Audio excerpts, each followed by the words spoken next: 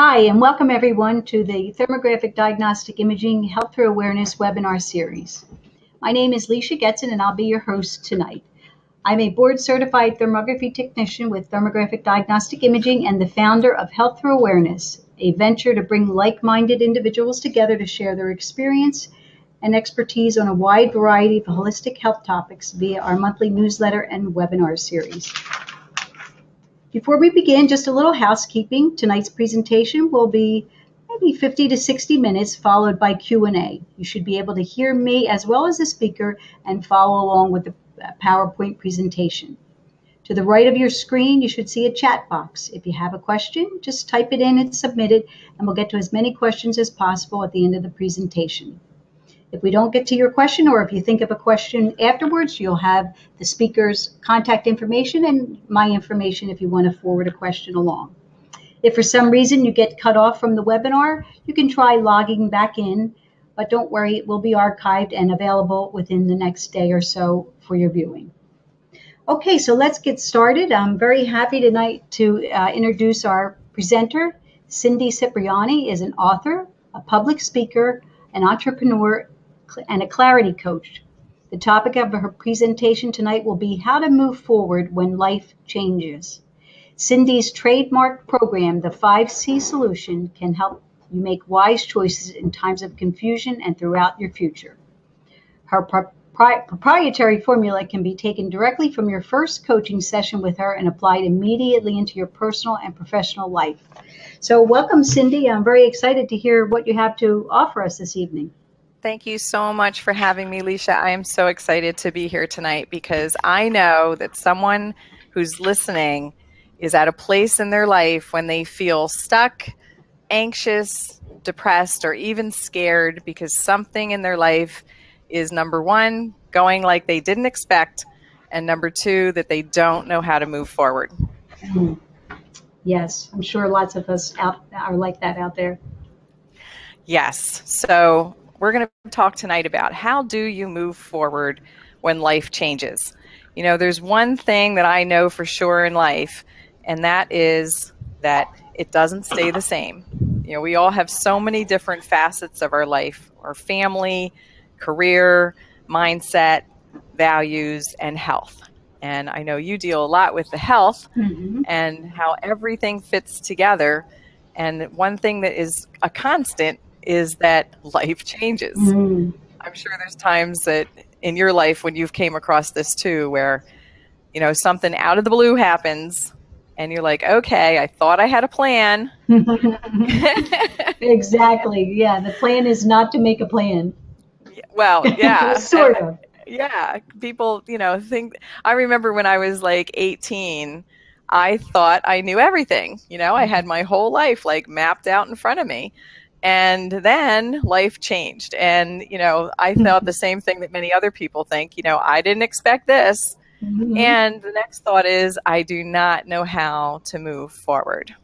And so when people come to see me, they're usually at that place where they're wondering, okay, what do I do now?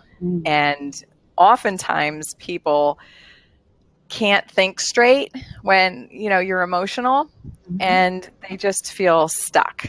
Some people are stuck for a short amount of time and some people are stuck for many, many years because fear sets in. And when fear sets in, you know, we're like a deer in headlights. We don't know what direction to take. And some of these, you know, unexpected things that can come up are losing your job. When the economy crashed back in 08, 09, people were stunned, you know, when they lost their jobs. And it really is tied into your self-esteem. When you have a business card with a title on there, it kind of says who you are. And when you don't have that anymore, people really struggle with self-identity. When relationships end, either with a spouse or a friend or a loved one, it's, you know, it's a change that people sometimes don't know how to navigate. There's death, you know, someone that you love suddenly dies, or even when someone's ill and you're with them a long time, my dad was ill. He had lung cancer and he was sick for over 2 years. We thought that we were prepared, for him to die. And yet when he did, I don't think anyone's ever, truly prepared. Right. Yeah.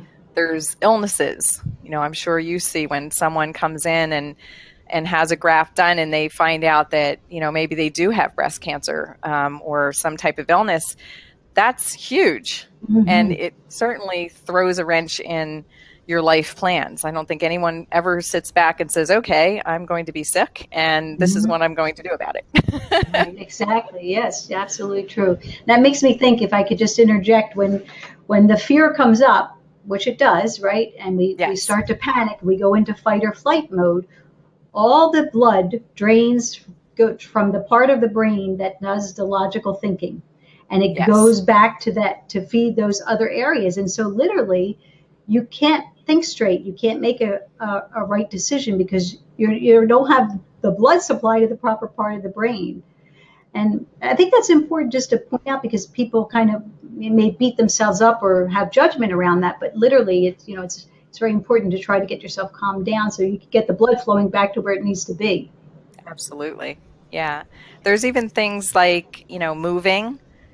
People sometimes don't realize how much stress that is. And even when you expect to move, you put your house up for sale and you buy another house, or you're going to move across the country to be with your children, or anything like that, those life changes cause stress and it causes memories to come up. And you may not be in a position where you really feel like you are ready to go forward with the next step in your life. A lot of people who face this with retirement, and they may plan to move to Florida or, downsize, and they have it logically planned out. But then when it actually happens and they're trying to move forward, they have a really difficult time and they end up becoming depressed. And this actually results in a lot of strained relationships. I have a lot of friends who are newly retired and now they're home together all the time, and their relationship starts to get strained because they don't know what to do with each other. They're normally not seeing each other all day long. They're not like you and me who works with their husband. Okay, right. And also financial pressures. People have this going on, and this causes life changes. So all of this results in people having all sorts of anxiety and problems, which can even bring on illness. The worry, the anxiety, not sleeping, the stress, all of these things that are on your mind. And so the question is, how do I cope? How do I move forward? And so you know too, the stress affects many areas of our life. It affects our body. Many people, get ill. They get headaches. They break out in skin rashes, different things. Then they're not even kind of putting it together that it's the stress. It's not something physical. It's actually something emotional or mental. And so even your mind, your emotions, and your behavior, everything gets affected. And when all of this is going on, like you said, it drains us physically and emotionally and literally with the blood flow. And, that's why people get stuck. So I want people who are listening who feel that way not to beat yourself up, because this is human. This is what we go through. When we, back in the, early days, the fright or flight response was to keep us from harm.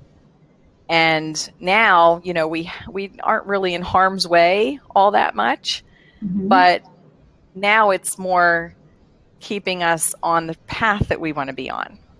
And people feel like they start losing direction. And how can I get this direction back? It would be nice if we had like a life GPS, Yeah, you could plug in like where you want to be in 2 years, and it would just give you a step-by-step path on how to get there. One thing that people miss is that, a GPS is only as good as the information that's put in it.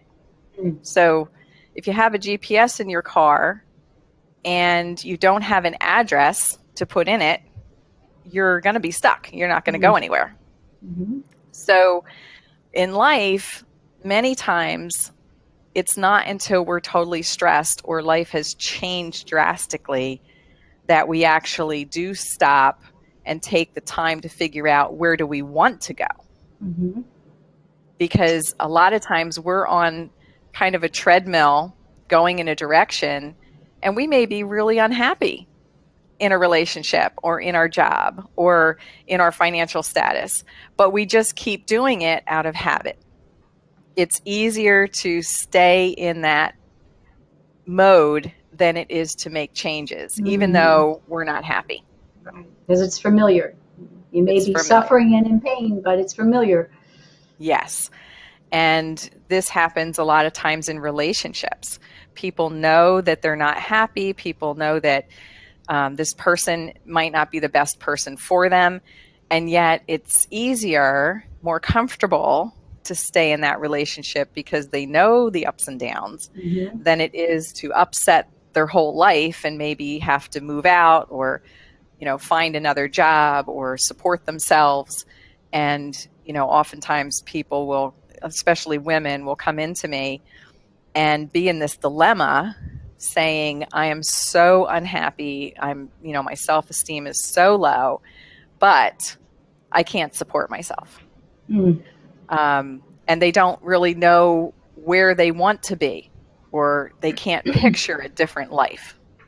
So Right. they go through this whole process of thoughts of, well, I should leave, or I should, try something different, or I should go to see somebody, or I should talk to somebody. But when we say I should, Mm-hmm. that's thinking with your head, with the logic. And Mm-hmm. like you said, when you're under a lot of stress, you can't really make sense of everything that's going on because your logic gets held up Mm-hmm. by your emotions. Mm-hmm. And I love this picture when I found this picture That's very cute. Mm-hmm. because it shows our emotions are in our heart. It's the seat of our emotions. And I was just watching this really interesting, it was on YouTube actually, this study that was done where they were actually trying to literally figure out how our emotions are contained in our heart. And because we talk about it in language, we say Mm-hmm. that we love with all our heart skips a beat. Um, we have heartbreak. We Right. describe all of our emotions by being in our heart area.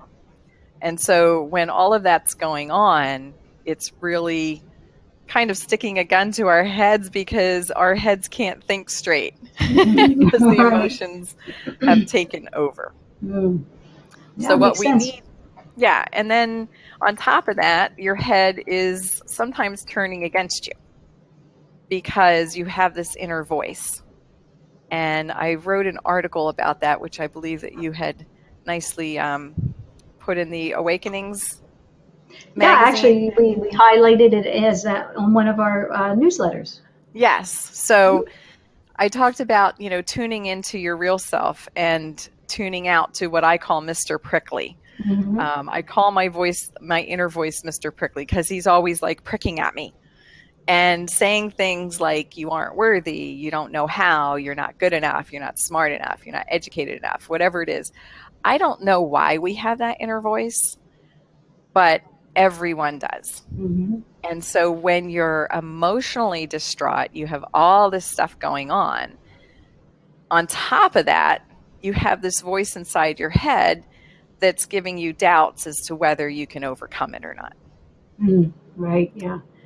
So all of this playing together is like, I just want to turn off my head. Yes. If I could, I have clients Stop who the come in. madness. Yes. And they say, if I could just flip the switch and turn off my mind because I can't go to sleep at night because I'm Mm-hmm. thinking all these different scenarios and which one do I take? And none of them seem like, a perfect solution. Mm-hmm. And you just go round and round and round in your head. Oftentimes I've found when I was going through these difficult times that I could drive around and not remember how I got where I went. Yeah. Does that ever happen to you? Oh, yes, for sure. Yes, yes. Your head is going through so much that you leave and you get to where you're going and you're like, I don't even remember like a stoplight and can you imagine everybody else driving around the same way? It's a wonder we don't have more accidents. Right, yeah. Autopilot. Autopilot, yes. Yeah. So a lot of people say, they're just exhausted from the thought process. Yeah. And the thought process is what like weighs them down, and they just can't figure out a way to make it work. So they're at a crossroads, they have different paths they can take, and they're kind of like, what do I do now? And like this girl in the picture, she's standing still. Because if you go to the left, well, you don't know how that's going to end. And if you go to the right, you don't know how that's going to end.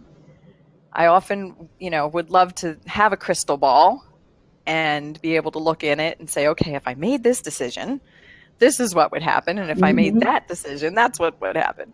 But that's not how things go. That's not how it works, right? So a lot of people take the next step and they say, okay, well, I don't know what to do, so I'll go talk to a friend. And as we know, friends aren't always the best source of answers. This friend doesn't look like the best source of an answer. No. And the funny thing is that the more you talk to your friends, sometimes they get tired of hearing you. Yeah. And they're just kind of like, look, I gave you some advice and you're not taking it. So, okay, I don't know what to tell you. Right. Yeah. Stop talking about it. Yeah. And especially if they've never been through it before. Right. Yeah.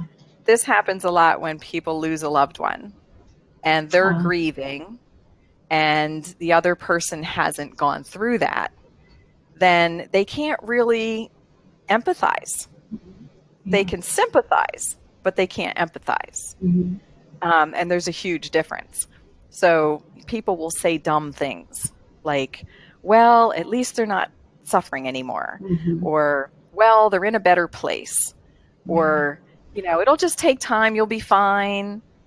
And they don't realize that to someone who is feeling the way, you are when you're grieving, that that's not helpful. Right. Exactly. It's actually very hurtful. Yeah, I just read an article or somebody's blog, stumbled across it, and that's exactly what he was saying. Like, this is what you don't say to somebody who's grieving, and to not to try to make it all better. The person is grieving; they should honor the process of that. Yes, you can't cut it short. You can't.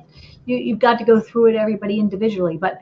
I loved what he said because that's what everybody does. Everybody wants to make everything okay so they feel comfortable. Yes, and especially in our society, crying is not accepted. Anytime somebody cries, it makes other people uncomfortable. So if you've ever watched somebody, I was just at 3 weddings in the last 4 weeks, and and the maid of honor speeches. The maid of honor gets choked up. And starts to cry. And what's the first thing they say? Oh, I'm so sorry. Right? They're apologizing for feeling emotion. Right. Because if they were laughing, they certainly wouldn't apologize for laughing. Right. Yeah. Right? Yeah. But we apologize for crying. So what most people do is they go to talk to a friend, and then they talk to another friend, and then they talk to anybody who will listen. And then they get more confused because everybody tells them something different. And then their emotions get involved and they start raging out of control. And they start feeling panic, which turns into fear, which then turns into immobility. And they just feel like they're stuck and don't have a way out. And then they get depressed. And then they turn to what we call S.T.E.R.Bs.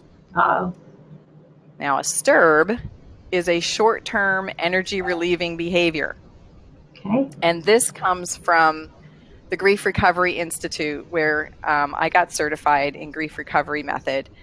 And what I use in my coaching it's the best explanation I've ever heard of what we do and how we react when we have a loss or when we're grieving something. Mm-hmm. We turn to it. Everything in life has energy.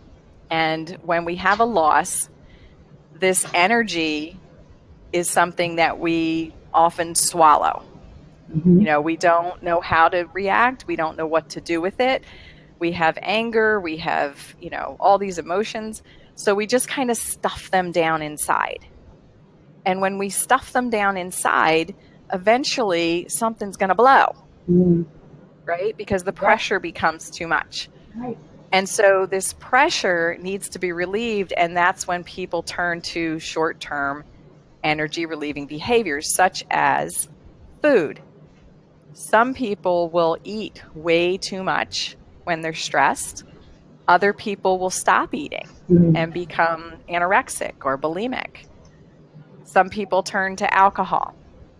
Some turn to drugs. This could be prescription medications. It could be street drugs, but they're trying to relieve some of this pressure Mm-hmm. by doing some of these things. Smoking. Some people will stop drinking and then they'll pick up smoking. Mm-hmm. Sex is another one. Mm-hmm. People, if they have a breakup, they're distraught and they might have a little bit of hit to their self-esteem. So they're going to go out and prove that they're attractive Mm-hmm. and try and fill that hole in their heart. So they'll maybe have relationship after relationship and end up feeling even worse because they're trying to get out this energy through this S.T.E.R.B of sex. Mm-hmm.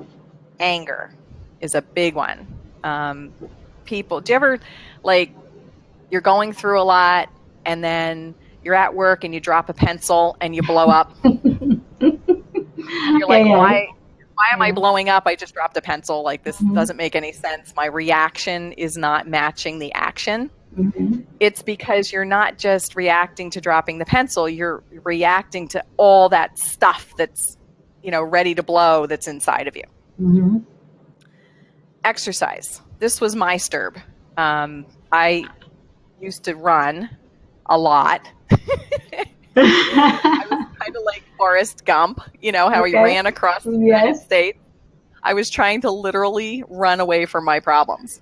And I didn't know I was doing that. I just knew that if I couldn't stand still, I was so pent up. Yeah. And so some people will, you know, over exercise and end up Mm-hmm. actually hurting themselves. Work is a huge one in America. You know, Mm-hmm. people just throw themselves into work.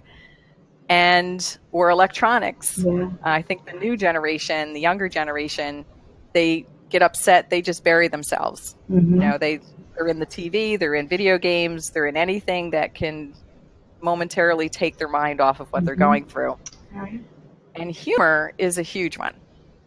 A lot of people, like I said, you know, crying is not accepted.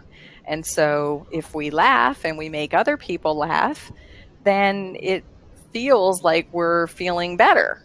Robin Williams is a great example of this, where he was making everyone else laugh and he was dying inside. Yeah. And so all of these activities, these S.T.E.R.Bs, are just what people do when they don't know what else to do. And when I learned this, I was like, wow, that makes so much sense. Mm-hmm. And it also takes away like the stigma, because it's just a reaction. It's not that they're, you know, horrible people. It's not that they're trying to hurt anybody.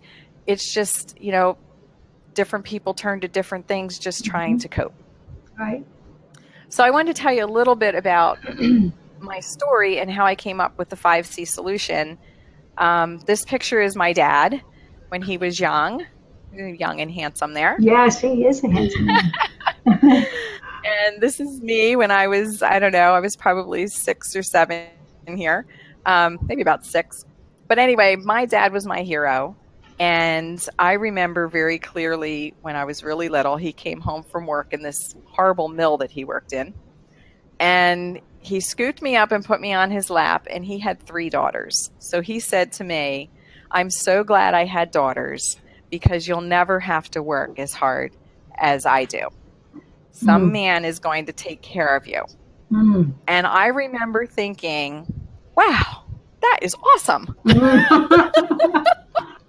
I thought that was like the path I was going to lead was going to be a really great one. Somebody's going to take care of me for the rest of my life. I didn't have to worry about a thing. Right. So what did I do? I mean, that went in my subconscious. Yeah, I wasn't consciously thinking about it, but I got married at 18. Oh, wow. Yeah, you look like a baby there. I know. Isn't that crazy? So I married my high school sweetheart a year after graduating. And we just, like I said, I thought I knew everything. I thought I had my whole life planned out ahead of me. We bought a house. Oh. We had children. How do you like the Justin Bieber haircut? Oh, nice. You are totally rocking that. I'm loving that stove in the background, though. That is awesome. Isn't seriously that crazy? That was our first house. I think I was 21 there. And then we had another baby. Now I gained a lot of weight with that one. Oh my God, I can't even recognize myself there. So we'll just get off of that picture. Okay. And then we just kept buying houses, and pretty soon we had our dream house with the pool in the backyard and a white picket fence, and everybody thought that we had the perfect life. The problem was that, and I forgot this picture. We were also, very well liked in our community. My husband was an elder in our church. We went to Disney every few years. So it looked like we had the perfect life, but it was actually chaos behind the doors. Nobody knew, and people don't know what goes on behind closed doors. My husband had a S.T.E.R.B, which was alcoholism. And, he had a lot of things in his past that he couldn't get past. And that was what he turned to. And so over the years, life just became more and more chaotic. We were on the roller coaster of addiction. And, I just kept thinking I should leave, but I was hoping, and, with my heart involved, and I loved him, that he would change. And so now I had 2 kids. I had the house I loved. I had this, status in the community. I didn't want any of that to change. And so I stayed in the situation, and it just kept getting worse and worse until everything blew up in my face. And I found out that, he had been cheating on me for years. It was devastating. I mean, just absolutely devastating. Wow. And we lost our status in the community.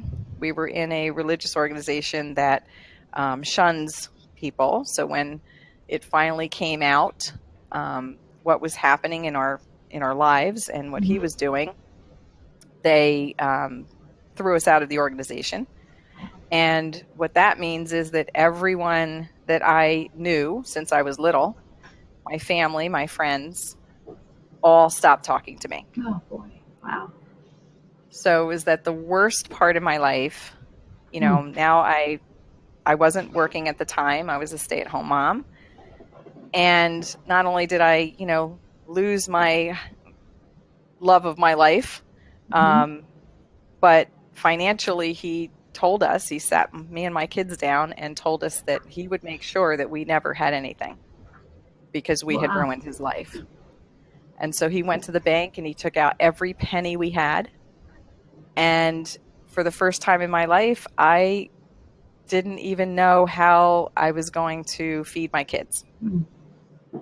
So on top of that, the religious pressure was so great because I felt like I had let God down because I took my, marriage vows very seriously.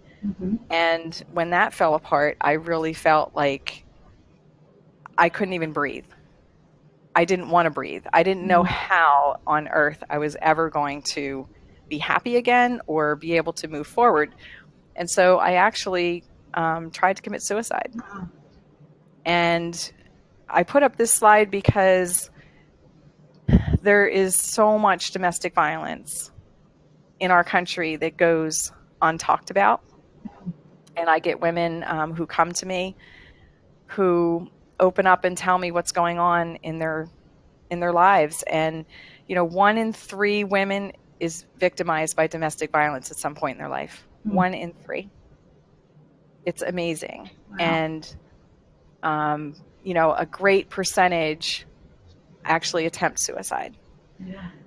So I'm very, very grateful that, I survived. Mm-hmm. But when I did, I was right back saying, what do I do now? Mm-hmm. Okay, I survived, but I can't hardly breathe, let alone know what to do. And so I knew I needed a place to start. And I was actually in the hospital after that suicide attempt, and one of the nurses said to me, you don't need to figure out your whole life. You just need one step to start. Mm-hmm. And that first step is forgiving yourself. And it just kind of took my breath away, because I thought, wow, that's so true. Mm-hmm. Like, I have to realize that, nobody wanted this situation, but I did the best I could, and I just have to start from here. Mm-hmm. So I decided to look at success. And I thought, okay, I want my life to be a success. How do I do that?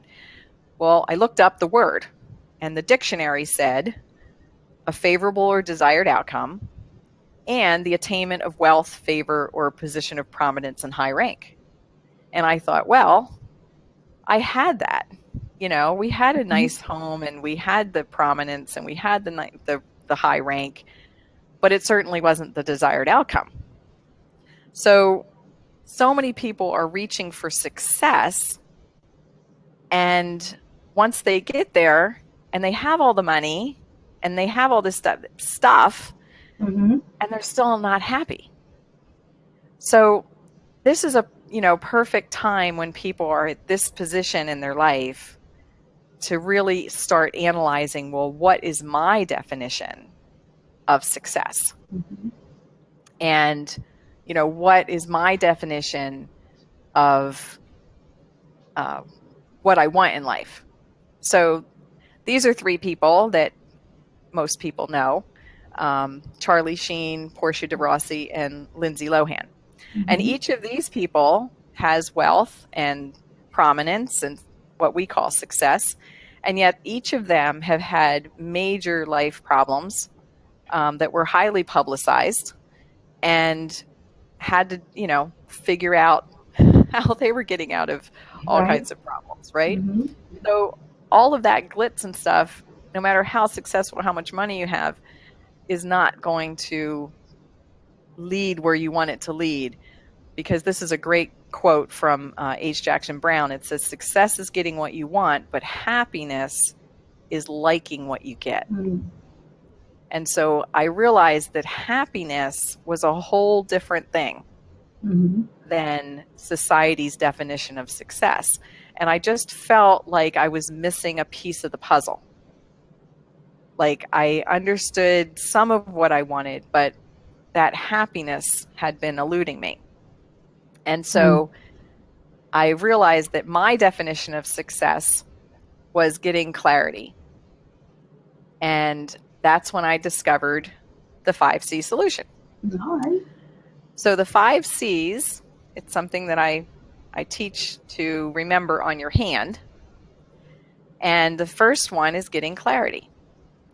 If you're not clear about what you want and who you are, then you're not going to be able to move forward. So I'm just going to run through these real quickly. Clarity, commitment, challenges, create a plan, and celebrate. And each one of these steps is part of this process that I take people through that is actually a very quick relief that helps you to make wise decisions in these times of chaos and panic. Mm-hmm. And so the first one is just to stop and think, to take a step back.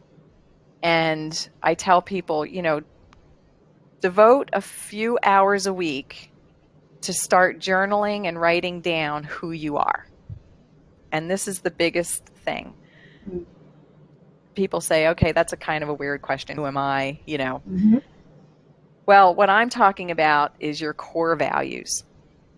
It's what makes you unique and special, your belief systems, all the things that have influenced you. Like when my religion, tossed me out, I had to re-examine everything I believed and ask myself why. Mm. Why do I believe this? Mm. Is it because I was told it? Does it make sense to me?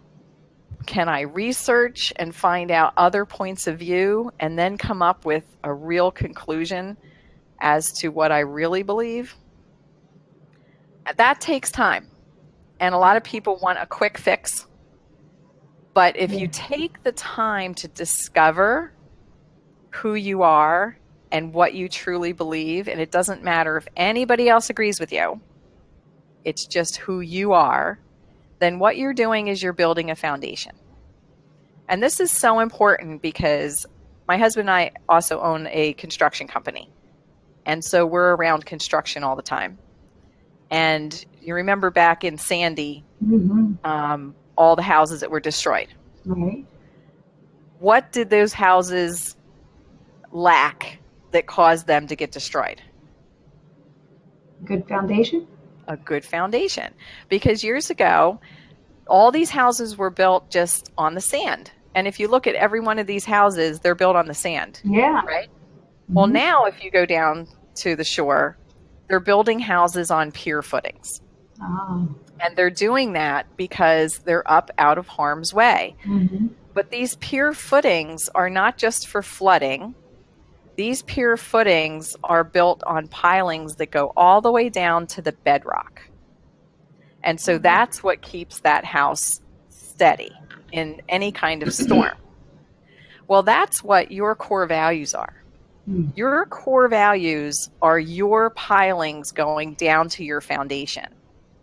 And most people don't take the time to find out what they are until they're in this state of chaos. And if you do take that time to find out what your core values are, that brings you the clarity, which is the first step in getting what you want. Ben Stein said, the first step to getting the things you want out of this life is to decide what you want. Mm. Well, how can you decide what you want if you don't know what you believe? Mm-hmm. Right? So you have to decide what you believe and why. And I have a process that it sounds complicated, but it's really not. People will come in for 1 or 2 sessions and they have this done. They know who they are. They know what they believe in all different areas of their life. And now they can start putting together a plan to move forward based on who they are and what they really want.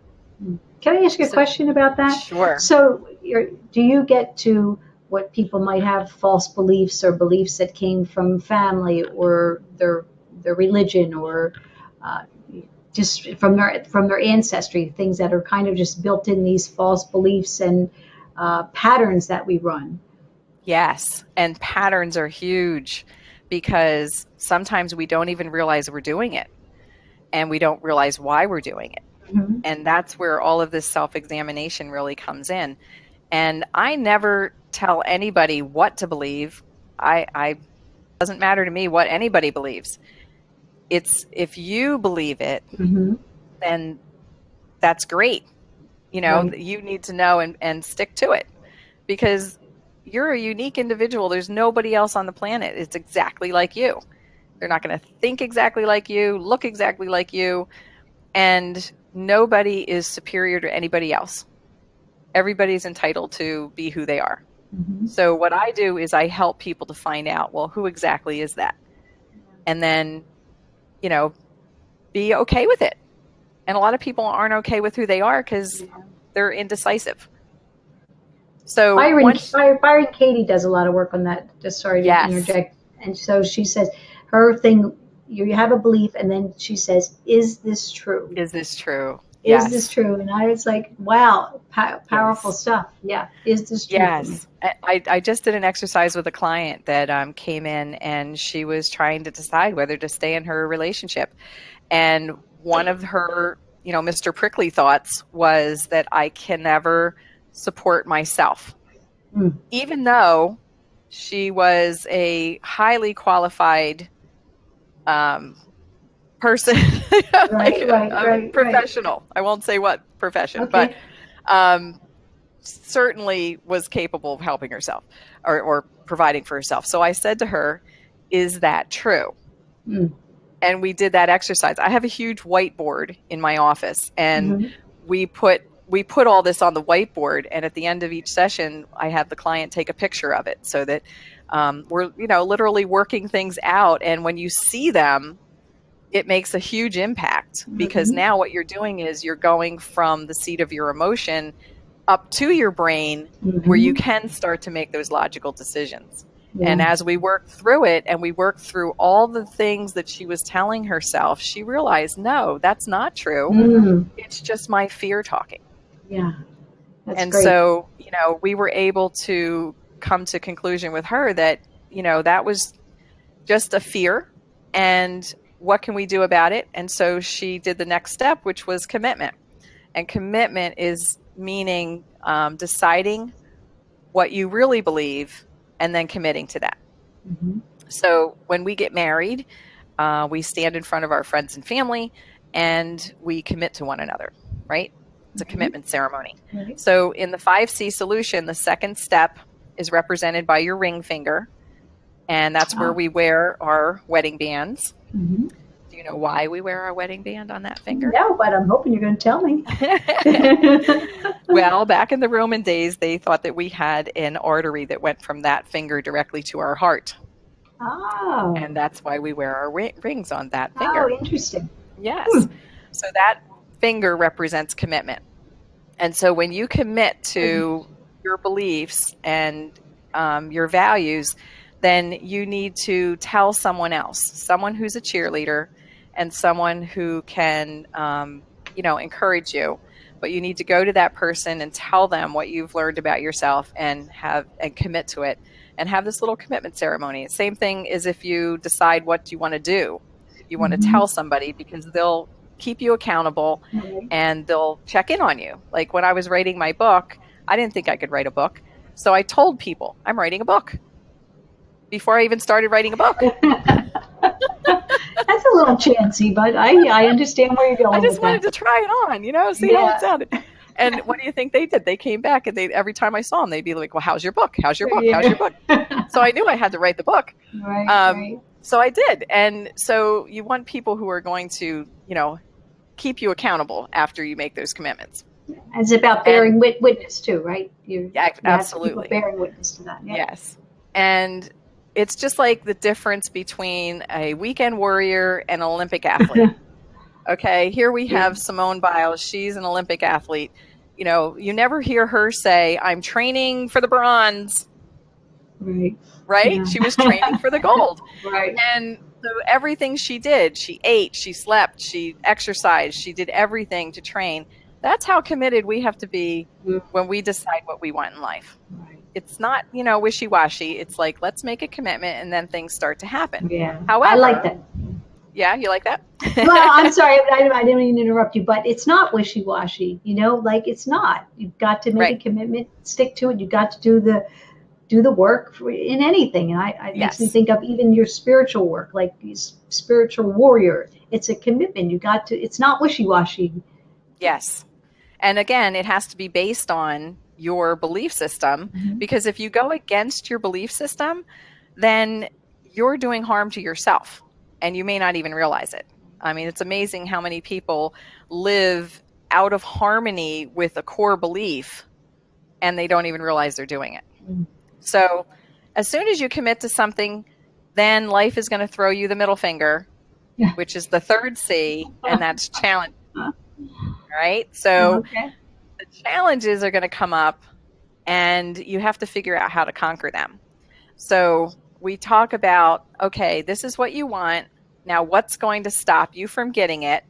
And we go through the scenario on the whiteboard of how are we going to conquer all of these challenges. Because if you prepare for it, then it's not so scary. You know what to do when it comes up. So the challenge, it's like a runner. If you're going to run a race and you're preparing for it and you think of all the scenarios, right? You think of, well, what if it's raining? What if it's hot? What if, my sneakers give me blisters? I'll take a second pair of sneakers. I'll make sure I have enough water, and I'll bring rain gear. So they're prepared for those challenges. So that's what we do. We prepare so that when that challenge comes up, maybe the challenge is your mother, and your mother is the person who discourages you. And every time you tell her you want to do something, she tells you can't. We all have people like that in our lives.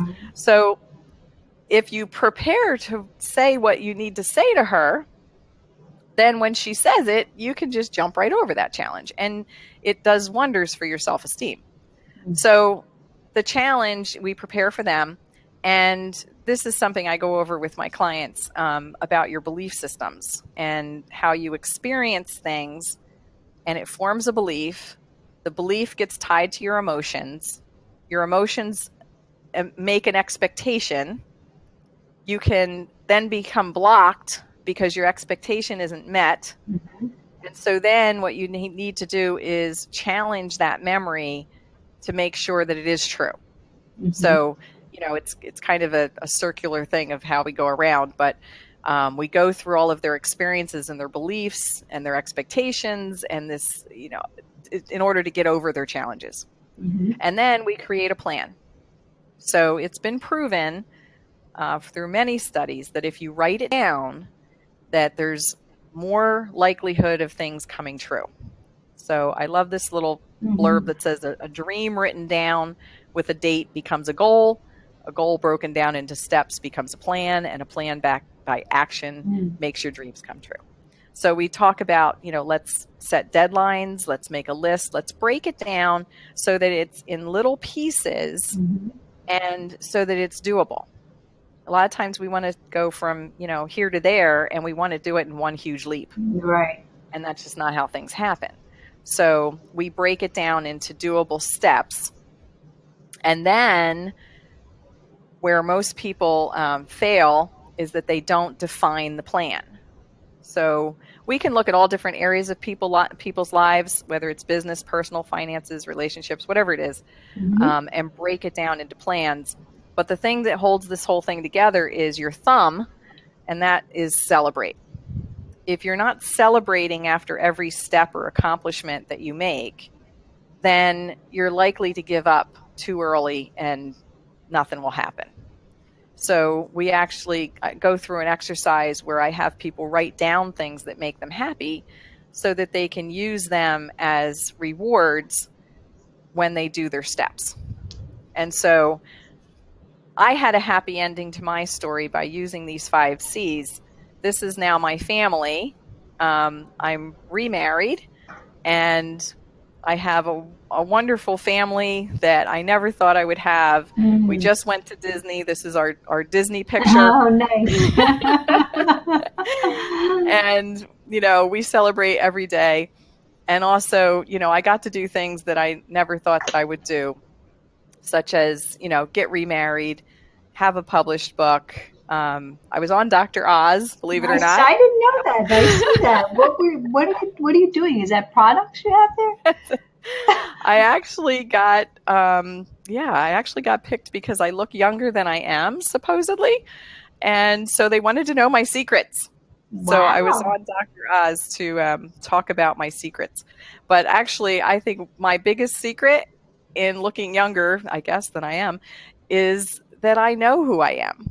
And that I'm so comfortable with who I am now, and that I have followed these 5 C's in getting past all the different challenges that I've come across. So now, helping other people to be able to learn this and move past their challenges quickly just makes everybody feel strong. Isn't that the most awesome picture? Oh, that is. Oh, my goodness. Wow.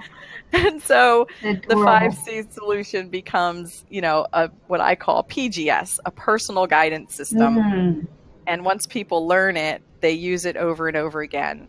And, love teaching it and love meeting people and helping them to work through it.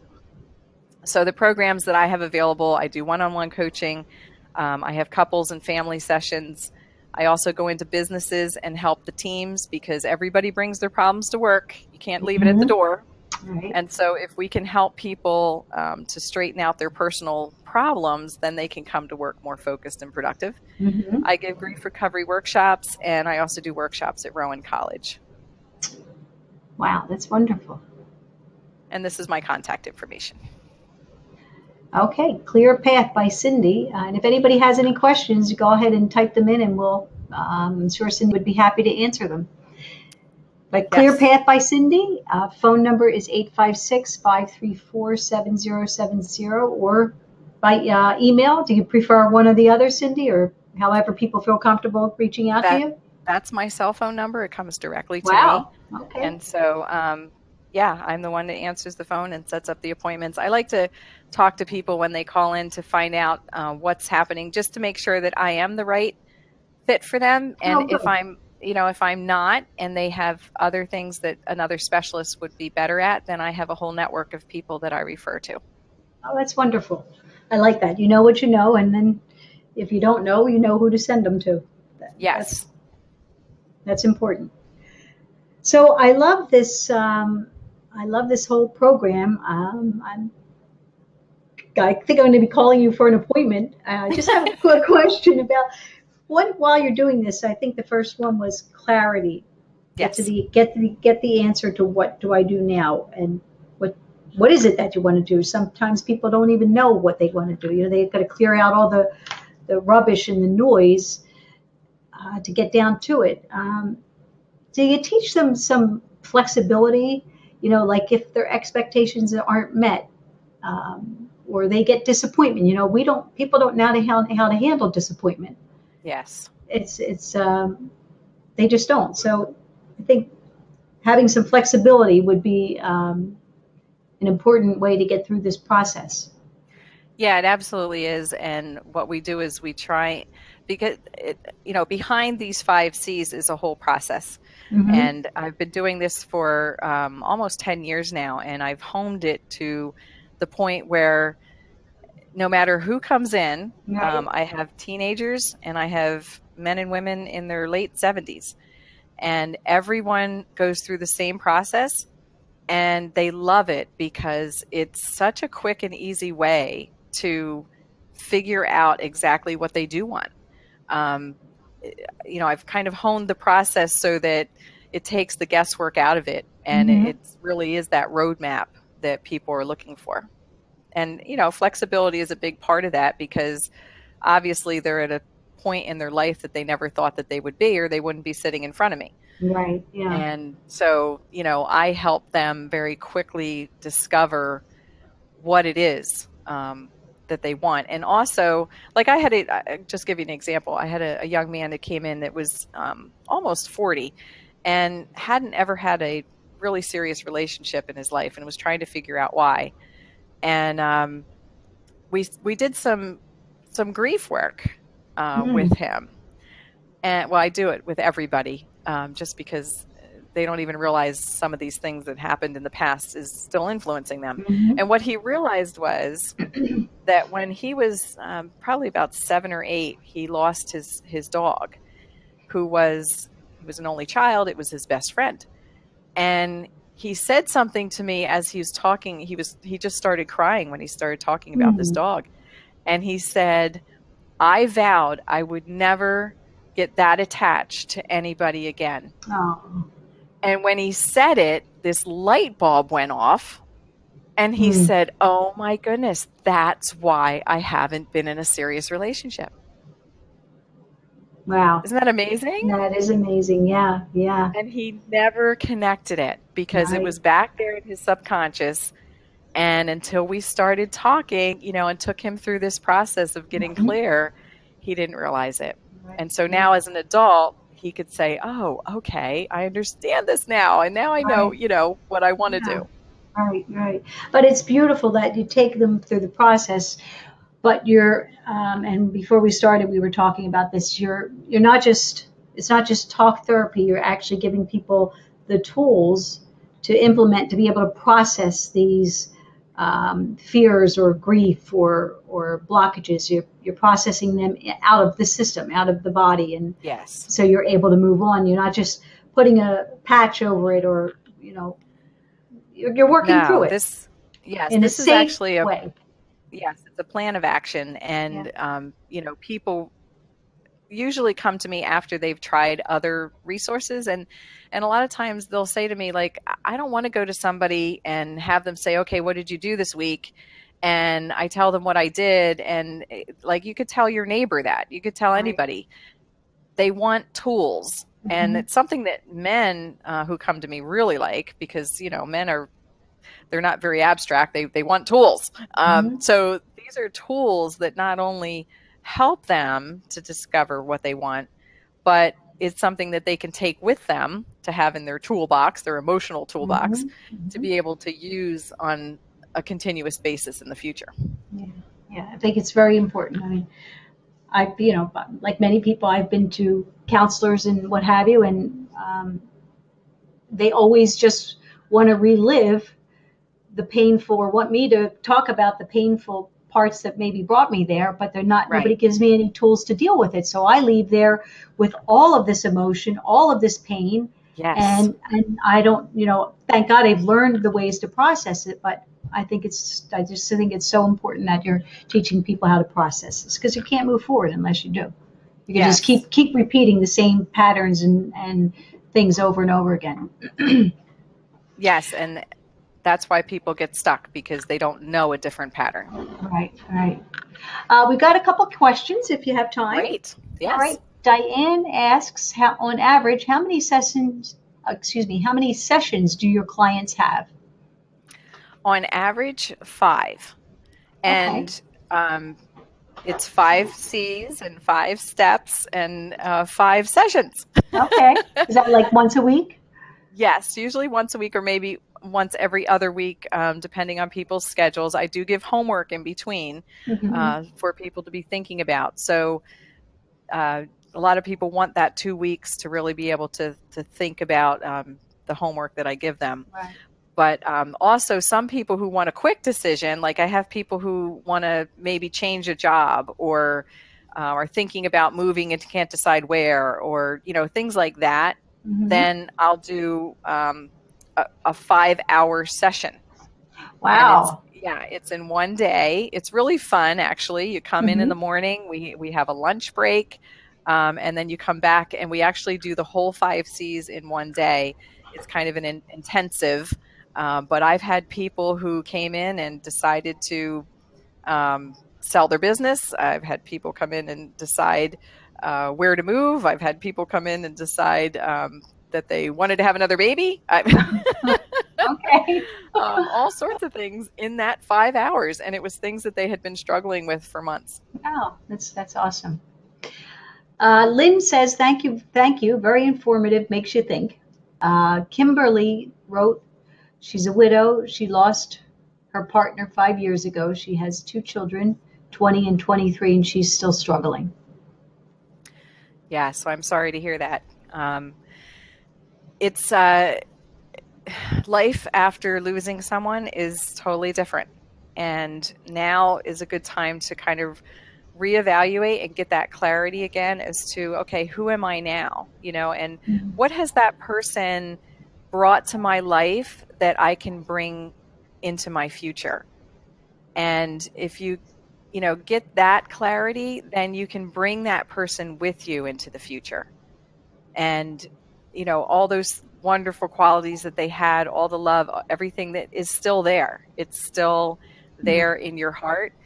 And when you realize that they would want you to be happy and to find your purpose in life and to bring them along on the journey, it helps to do that. And the grief work that I do with people can really help to be able to voice a lot of the uncommunicated emotions that Mhm. people are stuck in, and that's why they can't move forward. Mhm. So, if you would like to talk and make an appointment, or just talk to me, give me a call, and I would love to tell you a little bit more about that process. Yeah. Thank you for that. And Kimberly, we um, thank you for sharing and being so open about what you're going through. Yes. Yeah. Diane says hugs to you, Kimberly, and we all send you hugs. And Diane also said thank you. Uh, Thank you, Diane. yeah, and so I will also say thank you, Cindy, for this wonderful presentation. I just really love what you had to share, and your passion and enthusiasm just comes through in what you're doing. And thank you also for being so candid and open and sharing what you've been through. And, you know, it allows us all to maybe share parts of ourselves that we might be afraid to for fear of criticism or being shunned or whatever it might be. But I do appreciate that. Well, thank you so much for having me. This was really fun. Good.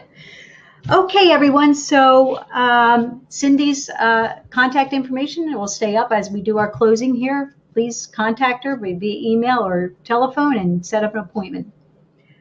Our next webinar is going to be, I can't believe it's August already, August 23rd. We will have Christina Veselak is a licensed marriage and family therapist. She's specializing in nutrition for emotional well-being and addiction recovery. The title of her presentation is Feed Your Brain First, Using Amino Acid and Nutrient Therapy to Effectively Address Depression, Anxiety, Insomnia, and Addiction Without Medication. What else? As you know, your confidence is our highest compliment. If you find value in the services that TDI and Health Through Awareness offer, please consider leaving us a positive Google review. Well, thank you all for joining us. Again, thank you, Cindy, and we look forward to everybody tuning in next month. Have a good evening.